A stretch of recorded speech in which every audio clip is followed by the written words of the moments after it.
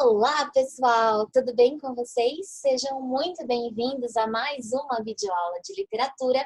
Nesse vídeo aqui, a gente vai conversar um pouquinho a respeito do modernismo em Portugal. Nas nossas últimas aulas de escola literária e estilo de época, a gente falou a respeito do pré-modernismo aqui no Brasil, que são aqueles primeiros anos do século XX e a passagem dos estilos de época do século XIX para esse modernismo que vem com o século XX. Então, o pré-modernismo é uma fase de transição. E falamos também das vanguardas europeias que nascem lá na Europa e se espalham para o mundo todo e serão de importantíssima referência para a nossa literatura modernista aqui no Brasil. Mas antes de eu falar da Semana de Arte Moderna, da gente conversar sobre as 3 fases do modernismo e mergulhar nesse período que talvez seja um dos mais importantes da nossa literatura, a gente vai pensar esse modernismo lá em Portugal. Vamos conversar um pouquinho sobre como ele acontece lá, né? Vocês vão ver que os momentos de referência são um pouquinho diferentes e vamos falar daquele que é talvez o maior e mais maravilhoso poeta da língua portuguesa, o Fernando Pessoa. Então hoje o nosso papo é rapidinho, mas é sobre um elemento muito importante também do contexto da história da literatura. Vamos lá? Muito bem, pessoal. Vamos conversar então um pouquinho a respeito desse tópico, que é um tópico bem interessante e que vai ser importante, sobretudo para vocês vestibulandos, quando olharem, né, para essa produção literária portuguesa como uma produção de referência. Bom, lá em Portugal, o modernismo vai acontecer um pouquinho antes do que ele chega aqui no Brasil, tá? Mas assim como acontece na nossa literatura, a literatura portuguesa ela também vai ter uma influência muito forte das vanguardas europeias que surgem ali naquele momento, ok? Essas vanguardas europeias, lembra que a gente conversou sobre elas? O expressionismo, o cubismo, o futurismo, o dadaísmo, o surrealismo são muito importantes para a gente entender essa nova maneira de olhar para o mundo através da arte. Não mais de uma forma mimética, realista, que reproduz aquilo que se vê, mas com uma interpretação muito potente daquilo que o artista vê no seu contexto e olha ali ao seu redor, né? Isso vai chegar em Portugal e o marco inicial do modernismo em Portugal acontece em 1915. 1915, com a inauguração, né, com a publicação da revista, uma revista chamada Orfeu. Lá em Portugal, assim como no Brasil, a gente vai ter essas revistas modernistas determinando os rumos que o modernismo vai guiar, né? Vai seguir os rumos pelos quais ele vai tomar ali as rédeas do movimento. E lá isso se manifesta de uma maneira muito potente. As ideias, as fases modernistas em Portugal, elas são marcadas justamente pelas publicações das revistas. Nós temos 2 gerações modernistas em Portugal e temos uma terceira que é já um outro propósito, que é chamado de neorrealismo. Mas a gente tem potencialmente 2 gerações. Cada uma delas, a primeira e a segunda, é marcada por uma revista literária. Então, lá em Portugal, essa questão das revistas literárias é uma questão muito marcante e muito importante. Quando a gente estuda o modernismo português, é para essas revistas e para os artistas que se reúnem em torno delas que a gente vai olhar. Ok? Então vamos falar um pouquinho desse contexto para depois mergulhar na obra do nosso amado Fernando Pessoa, ok? Bom, vamos pensar sobre isso então. Lá em Portugal, o modernismo se divide no que a gente costuma chamar na crítica literária de 2 gerações. As 2 gerações, cada uma delas, vai levar o nome das principais revistas de cada momento. A primeira geração vai de 1915 até mais ou menos 1927 e a segunda de 1927 até mais ou menos 1940. Ok? Então a gente tem 2 gerações.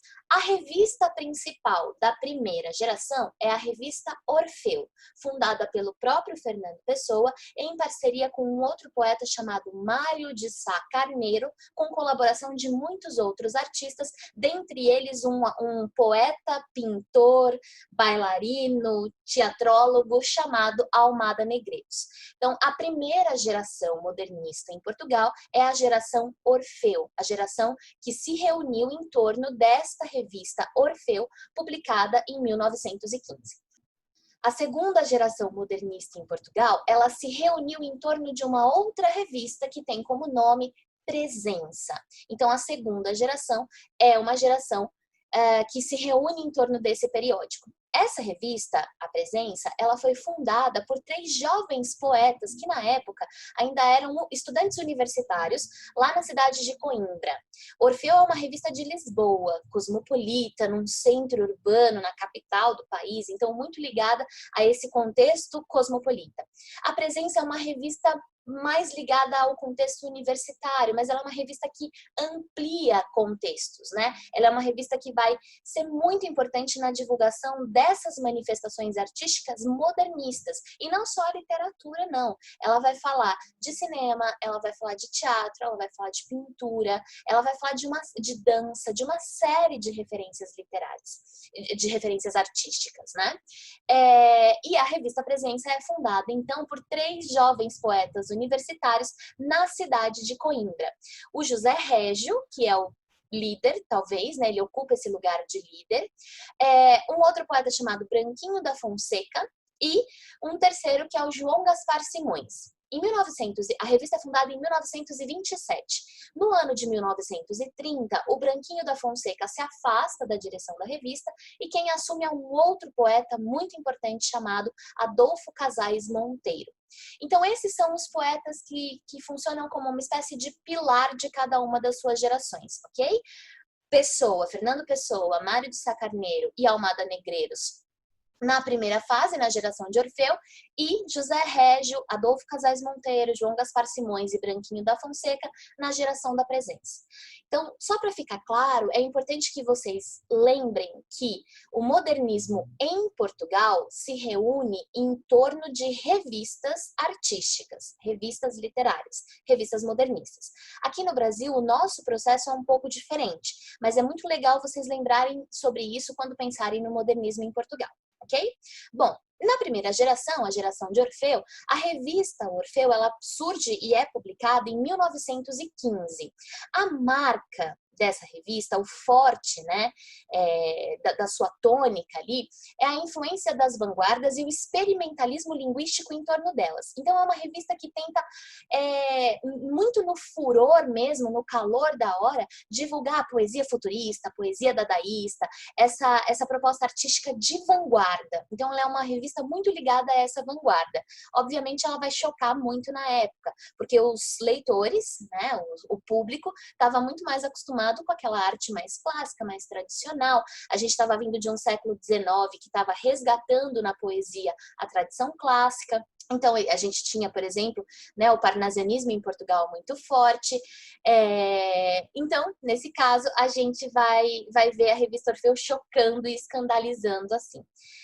Ela não vai durar muito tempo, ela tem só 2 números publicados, ela não chega a ter, ela tem um terceiro editorado, mas ele não é publicado em 1915, ele só vai ser publicado décadas depois, já num caráter efeméride, né, de comemorativo, assim, para colecionadores, essas coisas. Então, a Orfeu é publicada em 1915 e teve só 2 números publicados e um terceiro projetado.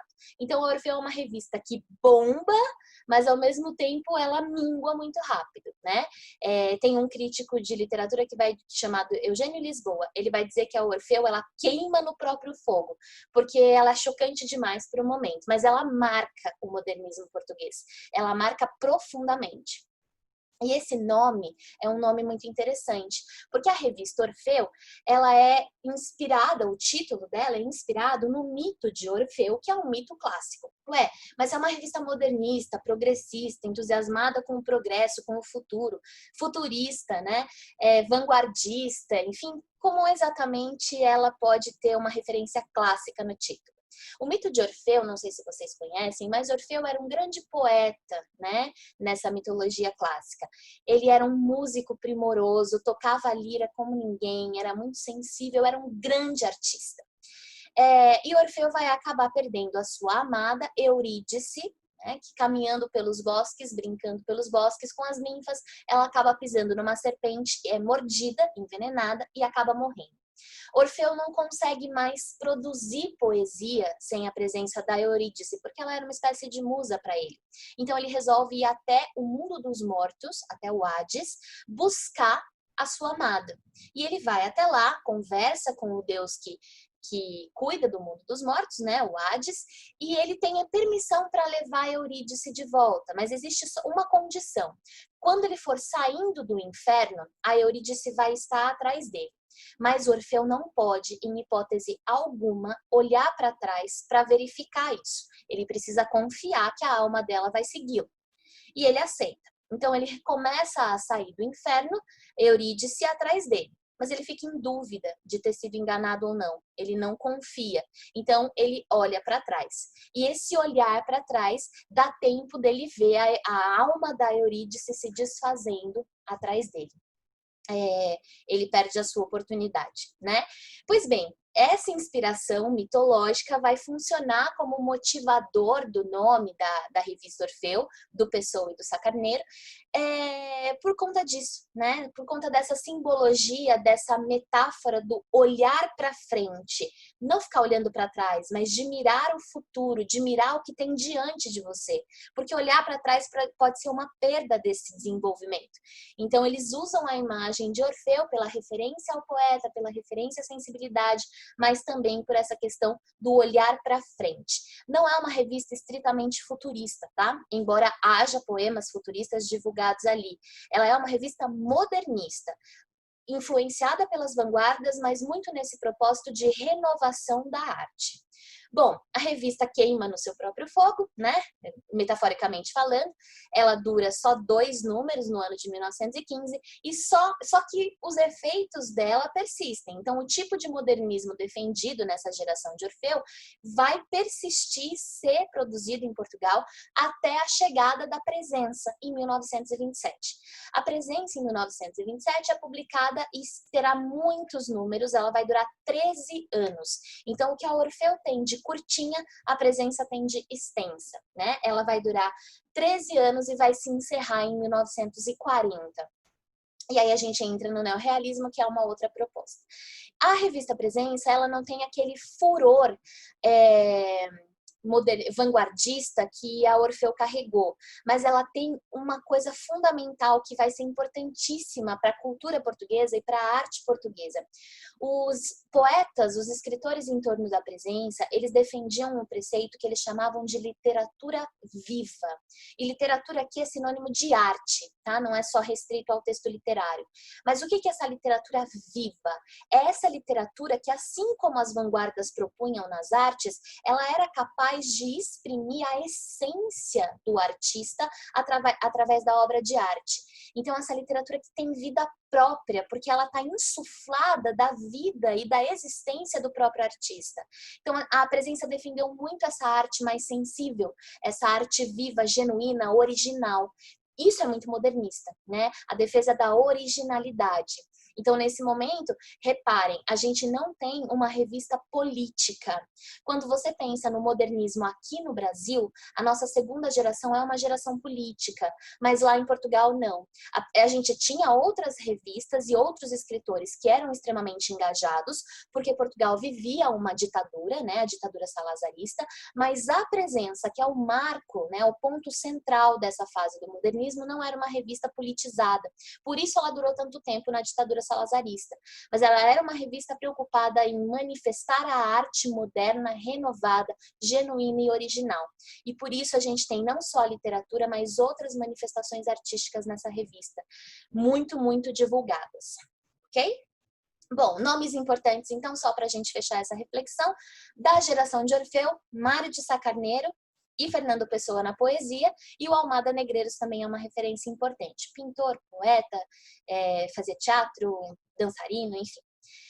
E na geração de Presença, José Régio, Branquinho da Fonseca, João Gaspar Simões e Casais Monteiro. Ok? Fiquem com essas referências aí para vocês se lembrarem disso. Falemos então agora do gênio máximo da arte literária em língua portuguesa, o nosso queridíssimo Fernando Pessoa, ok? Vocês sabem que eu sou muito fã do Fernando Pessoa, acho que ele é o meu escritor favorito da vida inteira.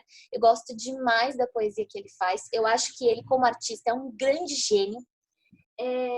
Acho que ninguém se compara ao que ele fez. Ele próprio, né, enquanto artista, se denominou o Supra Camões. Então, Camões parece, né, que fica aí de lado quando a gente pensa no Fernando Pessoa como ícone. Até montei aqui atrás de mim um pequeno altar para ele, como vocês podem ver, né? Com algumas referências e tudo mais, mas é só para criar um cenário aqui para nossa aula de hoje, para poder falar um pouquinho desse poeta, já que eu tenho essa oportunidade, né? Bom, importante a gente lembrar do seguinte: quando pensamos no Fernando Pessoa, a gente tem que lembrar que o Fernando Pessoa vai criar para sua vivência de poeta uma coisa que ele chama de drama de gente, né? O que seria esse drama de gente? É a atuação e a interpretação de personagens na própria vivência, na própria existência do cotidiano. O Fernando Pessoa é conhecido por ser um poeta múltiplo, fragmentado, como ele mesmo se definiu, né? Como assim? Bom, Fernando Pessoa escreveu e muito e assinou com o seu nome, né? Fernando Pessoa. Mas, além disso, ele criou outras personalidades literárias, que são outras figuras, são personalidades mesmo. Não é pseudônimo, não é o Fernando Pessoa assinando com outro nome. Ele criou outras pessoas literárias, personas literárias, que são interpretadas por ele, cada uma com a sua história, com a sua estética, com o seu estilo, com a sua opinião política, e entre si elas são muito diferentes. Essas figuras literárias que ele inventou, essas personalidades que ele criou, são chamadas de heterônimos. Então, quando a gente pensar na obra produzida e publicada pelo Fernando Pessoa, ele mesmo, a gente vai dizer que esse é o Fernando Pessoa ortônimo. Quando a gente pensar nas obras publicadas por essas personalidades literárias que ele criou, porque sim, essas personalidades literárias escreveram livros inteiros e publicaram livros inteiros com os seus nomes, né? Não com o nome de Fernando Pessoa. Então, são figuras que corporificaram na vida literária. Essas figuras são chamadas de heterônimos. A gente vai falar aqui hoje de 3. Tá? Nós temos 4 heterônimos do Fernando Pessoa que se consolidaram na cultura portuguesa, embora ele tenha criado muitas mais personalidades, tá bom? Mas a gente vai falar só de algumas delas. Bom, então Fernando Pessoa ortônimo, ele mesmo. Heterônimos do Fernando Pessoa são esses poetas que ele criou, ok? Bom, entre os heterônimos mais conhecidos do Fernando Pessoa, a gente vai ter o Alberto Caeiro, né? A gente vai ter o Álvaro de Campos e a gente vai ter o Ricardo Reis. É desses 3 heterônimos que eu vou falar com vocês hoje, ok? Essa ideia de um poeta múltiplo vai configurar essa fragmentação artística que combina muito com a proposta do modernismo no mundo todo. Na verdade, o modernismo, e até nas vanguardas, pensem no expressionismo, por exemplo. Na nossa aula de vanguardas, nós falamos que o expressionismo é uma vanguarda que expressa a deformidade daquele artista que se sente oprimido pela modernidade. É como se essa fragmentação do Fernando Pessoa fosse também resultado dessa opressão da modernidade, do progresso, da aceleração. O Pessoa tem muitas publicações dele como ortônimo.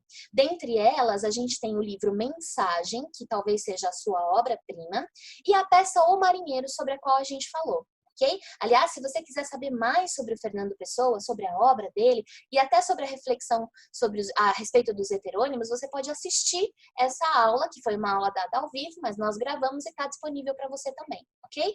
Dá uma olhadinha porque vale a pena conhecer. Essa aula foi bem bacana e a gente mergulhou aí no tipo de literatura feita por ele, ok? Então a gente tem, por exemplo, a peça O Marinheiro, ou uma série de poemas, uma série de contos, outras narrativas, publicação de cartas, tudo do Fernando Pessoa ortônimo, mas a sua obra-prima mesmo é o Mensagem, que é uma coletânea de poemas que constrói uma noção de épica e é uma espécie de Lusíadas modernista, porque é sobre Portugal.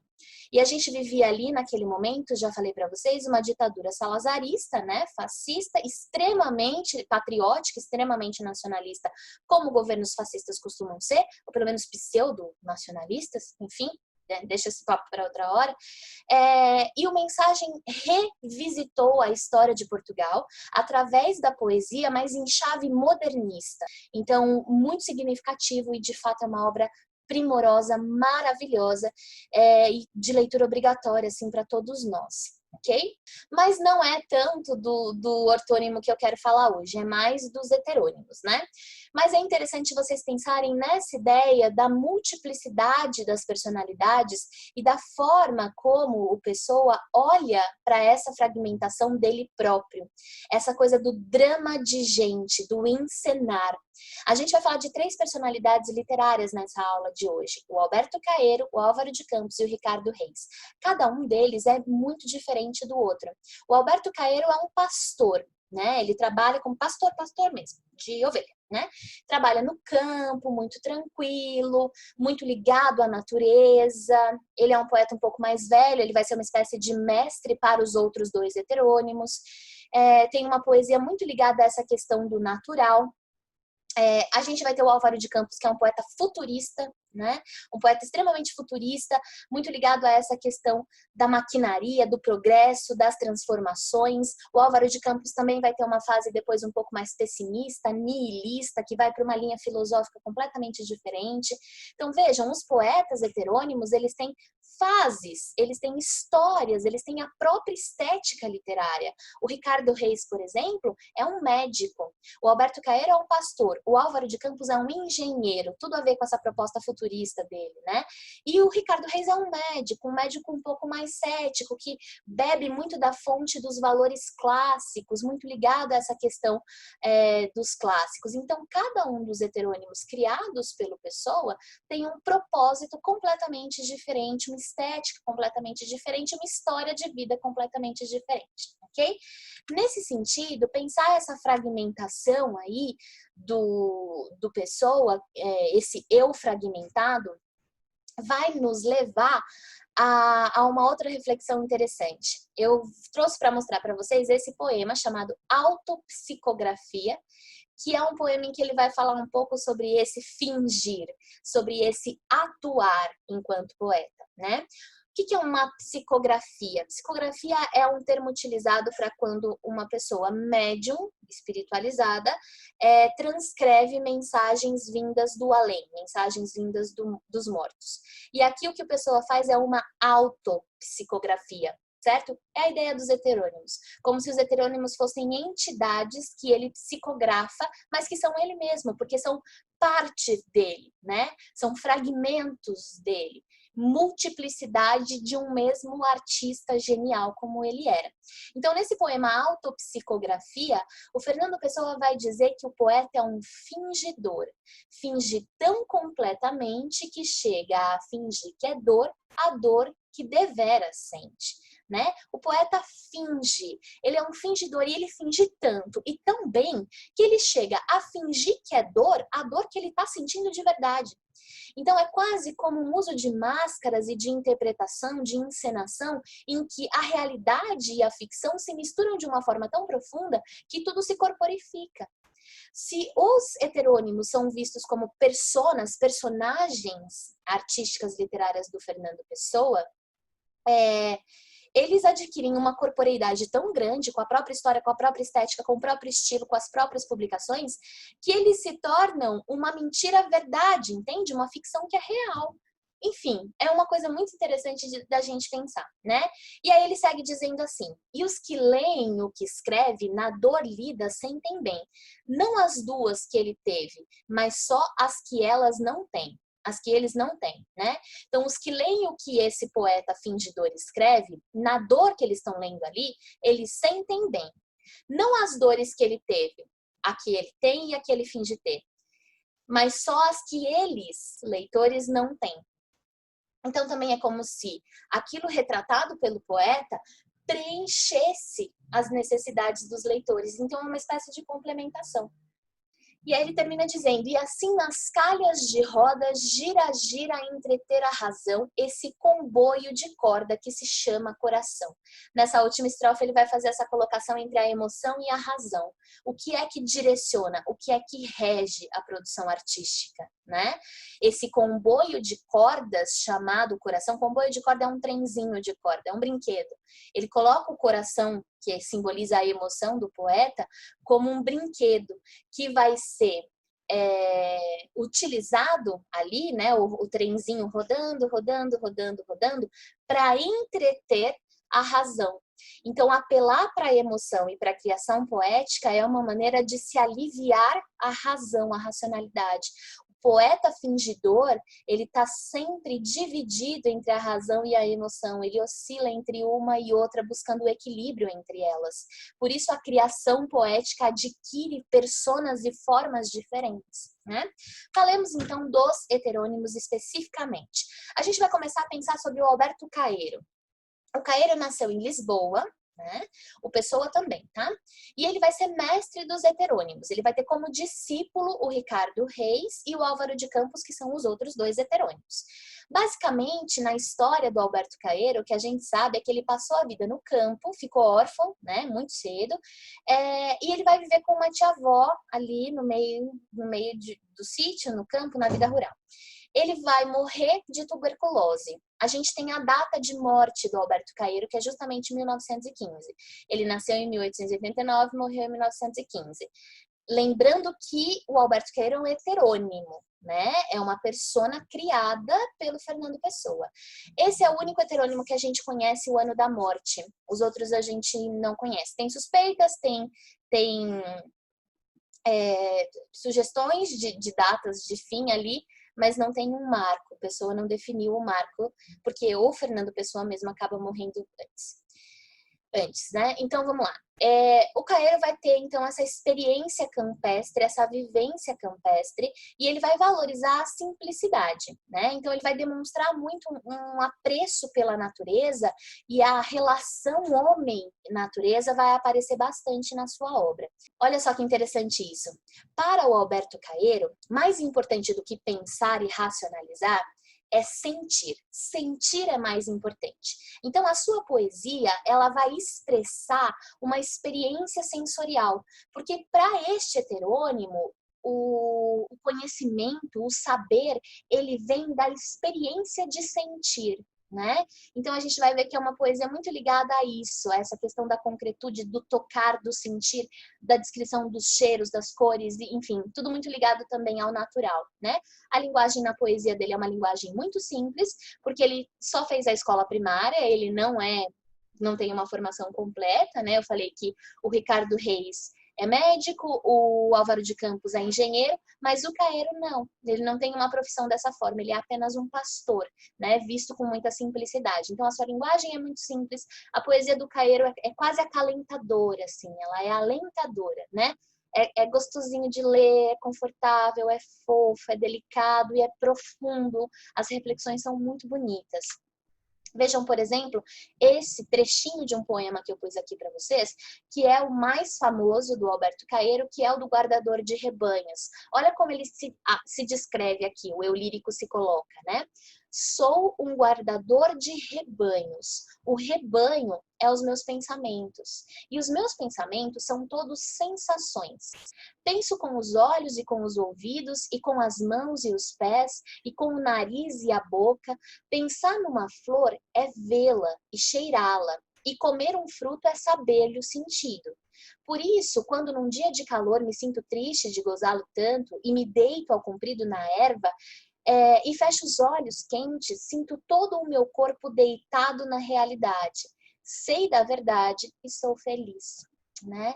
O que ele está dizendo aqui pra gente? Olha que bonita essa analogia que ele faz, que ele é um guardador de rebanhos, de fato ele é um pastor, né? Ele é um guardador de rebanhos. Só que o rebanho é o rebanho dos pensamentos dele. E para este poeta, os pensamentos são as sensações. Então ele vai dizer que ele conhece, que ele aprende, que ele pensa com os seus 5 sentidos, com os olhos, com os ouvidos, as mãos, o nariz, a boca, né? Então, e ele vai trazer uma definição muito legal. Ele diz que conhecer a flor, pensar na flor, é ver a flor, é sentir o cheiro da flor, né? É comer o fruto para dar sentido para a existência desse fruto. Então, a relação do Alberto Caeiro com o mundo é uma relação sensorial. É disso que ele vai falar, né? Olha como ele termina essa segunda estrofe, que bonito. Sinto todo o meu corpo deitado na realidade. Ele fala que num dia quente, quando ele se sente triste de gozar o dia, né, de aproveitar o dia, ele se deita na grama, na relva, e sente o corpo deitado na realidade. Aí ele sabe que entende a verdade da existência ali, aquilo tá ali, ao toque dele, né? Ao alcance das suas mãos, do seu corpo. E quando ele sente a verdade, já que saber é sentir, quando ele sente a verdade, ele diz que é feliz, né? Então o Alberto Caeiro tem esse olhar aí mais campestre, mais sensorial para a realidade. Bom, o Ricardo Reis, ele nasce em 1887 e ele nasce no Porto. Não se sabe a data da morte dele, né? Como eu falei para vocês, ele estudou medicina, ele é médico e ele também teve uma formação religiosa, estudou num colégio de jesuítas e tudo mais, viveu no Brasil em 1919, depois que Portugal se tornou uma república em 1910. O Ricardo Reis, ele tinha um preceito histórico ali de ser monarquista, então quando se funda a república em Portugal, ele vai para o Brasil, que já era uma república. Então também, enfim, né? Tal como o próprio Alberto Caeiro, o Ricardo Reis, ele vai valorizar a questão da simplicidade. Ele gosta do que é simples, mas não da mesma forma que o Caeiro, né? O propósito do Ricardo Reis é valorizar a simplicidade em oposição à modernidade. Embora ele seja um poeta modernista, fruto da fragmentação que a modernidade promove, ele vai valorizar os clássicos. Então ele vai ser um poeta dos clássicos. O que tem de moderno na poesia dos heterônimos? A forma, né? Muita forma livre, verso branco. A gente acabou de ver o poema do Alberto Caeiro em verso livre, sem preocupação com rima, sem preocupação com métrica, quase descritivo, né? Isso é uma forma moderna, tá? O Ricardo Reis vai olhar para o clássico como conteúdo. Então, ele vai valorizar a tradição, né? A modernidade, para ele, é uma mostra de decadência. Ele acha que a modernidade vai levar a sociedade à decadência. Então, ele vai buscar nos clássicos as referências importantes para ele. E aí a gente vai ver um vocabulário um pouco mais erudito, que não é tão simples, tá? Como o do Alberto Caeiro. Tem aqui, por exemplo, esses versos do Ricardo Reis, que são bem interessantes sobre essa valorização, né? Ele diz assim: segue o teu destino, rega as tuas plantas, ama as tuas rosas, o resto é a sombra de árvores alheias. Então ele vai falar muito sobre essa relação do eu com o mundo, e ele busca isso nos clássicos, né? A forma da poesia dele, a forma como ele manifesta o conteúdo é bastante clássica. Ele diz: segue o teu caminho, faz as suas coisas, né? Rega as suas plantas, ama as tuas rosas. O resto é a sombra dos outros, né? Olha para o seu, faz o seu e permita que a sombra das árvores alheias também protejam a sua planta e protejam a sua rosa, né? Então é bem interessante a forma como ele olha para a relação. A realidade sempre é mais ou menos do que nós queremos. Só nós somos sempre iguais a nós próprios. A realidade sempre é mais do que a gente esperava ou menos do que a gente queria. Só a gente é sempre igual a gente mesmo. Suave é viver só. Grande e nobre é sempre viver simplesmente. Deixar a dor nas aras como ex-voto aos deuses, a presença dos deuses aí, né? Vê de longe a vida, nunca interrogues. Ela nada pode dizer-te. A resposta está além dos deuses. Mas serenamente imita o Olimpo no teu coração. Os deuses são deuses porque não pensam. Ele está pensando muito nessa questão do viver só, do estar só, e vejam como a forma como ele descreve essa questão da solidão. Cuida das tuas plantas, cuida das tuas rosas, deixa o resto. né? O resto são sombra das árvores alheias. Talvez você precise delas, talvez não, né? Cuida do seu, faz o seu. Você, só a gente é igual a gente mesmo.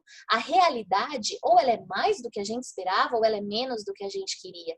E olha a forma como ele vai fazer essa descrição. Ele vai usar os elementos clássicos da Grécia Antiga. O Olimpo, os deuses, né? Os votos aos deuses. Então ele diz, os deuses só são deuses porque eles não pensam, eles sentem. Né? Então é interessante também da gente pensar isso daí. Muito bacana a poesia do Ricardo Reis, embora seja uma poesia de valorização da simplicidade, é a valorização da simplicidade em oposição à supermodernidade futurista. Não é necessariamente a valorização da simplicidade como faz o Alberto Caeiro, ok? São propostas diferentes, muito diferentes. Tanto que aqui a linguagem é bem mais erudita. E por fim a gente fala aqui do Álvaro de Campos. O Álvaro de Campos nasceu em Tavira, uma cidadezinha perto de Lisboa, em Portugal, no ano de 1890. Ele é o mais novo dos heterônimos. A data do falecimento também não é conhecida. E o que a gente sabe é que o Álvaro de Campos se formou, lembrando, né, que vocês estão lembrando que eu estou falando de um heterônimo, de uma persona artística que o Fernando Pessoa criou. E tem a sua própria história, né? Então, o Álvaro de Campos, ele vai se formar em engenharia, ele vai estudar na Escócia, mas ele nunca exerceu a profissão. O fascínio dele pela engenharia é justamente o fascínio que ele tem pela modernidade. Então, se o Ricardo Reis rejeitava a modernidade, entendia que a modernidade seria uma decadência social, né? O Álvaro de Campos é o contrário, ele valoriza a modernidade, ele adora a modernidade, né? Em um determinado momento, a sua estética se torna um pouco mais pessimista, porque apesar do gosto que ele tem pelo progresso, pelas transformações, pelo moderno, pela tecnologia, essa aceleração do momento presente, essa aceleração da vida moderna cria nele uma certa angústia. Então a gente vai ver que ele vai tender para o pessimismo em muitos momentos. E ele faz críticas muito ferrenhas ao contexto social, né? A hipocrisia da sociedade. Então é muito interessante a forma como o Álvaro de Campos também vai trabalhar a sua poesia.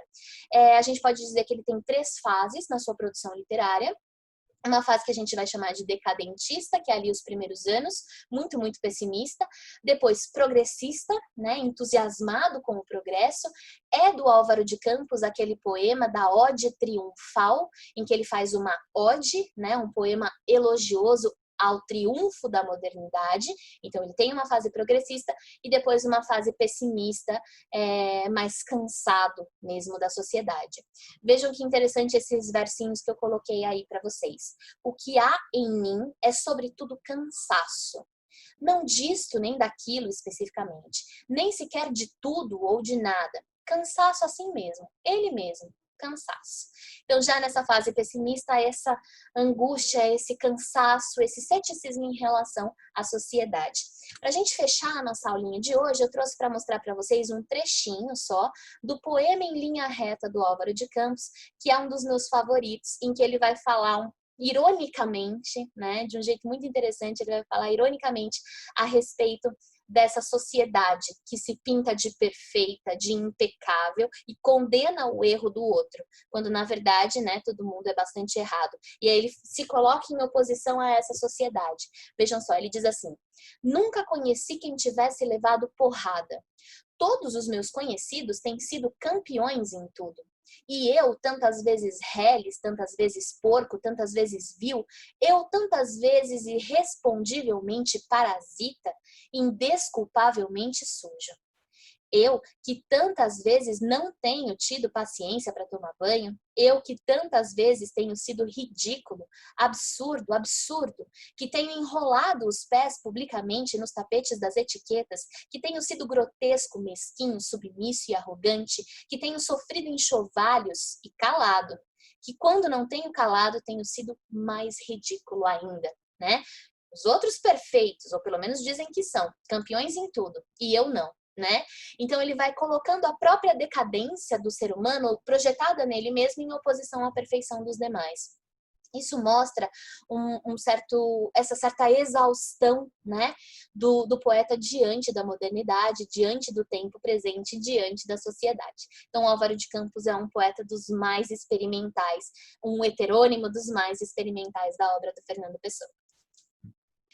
Muito bem, espero que vocês tenham gostado da nossa aula de hoje. Fiquei muito feliz da gente poder conversar um pouquinho sobre o Fernando Pessoa, sobre esse poeta incrível que o Pessoa foi, sobre a importância da contribuição, para que vocês possam também entender um pouquinho mais sobre o modernismo em Portugal, já que agora a gente mergulha na literatura modernista brasileira e vamos com ela até o fim, até chegar na nossa literatura contemporânea. Ok? A gente está caminhando aí para o final da nossa jornada, a gente está caminhando para o final do trabalho com os conteúdos, cada vez mais próximos, né, do momento decisivo.